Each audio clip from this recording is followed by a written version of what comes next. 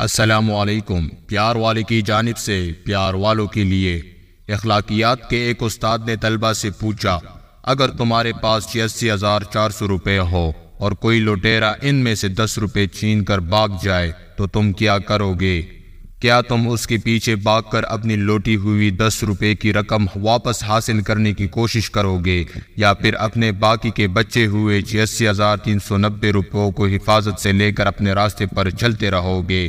Class room میں موجود اکثریت نے کہا کہ ہم 10 روپے کی حقیر رقم کو نظر انداز کرتے ہوئے اپنے باقی کے پیسے کو حفاظت سے لے کر اپنے راستے پر چلتے رہیں گے۔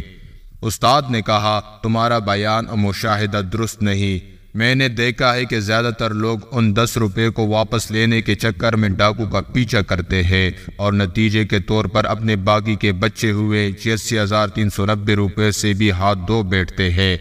طلبہ نے حیرت سے استاد کو دیکھتے ہوئے کہا، سر یہ ناممکن ہے، ایسا کون کرتا ہے؟ استاد نے کہا، یہ 86,400 اصل میں ہمارے ایک دن کے سیکنڈز ہے۔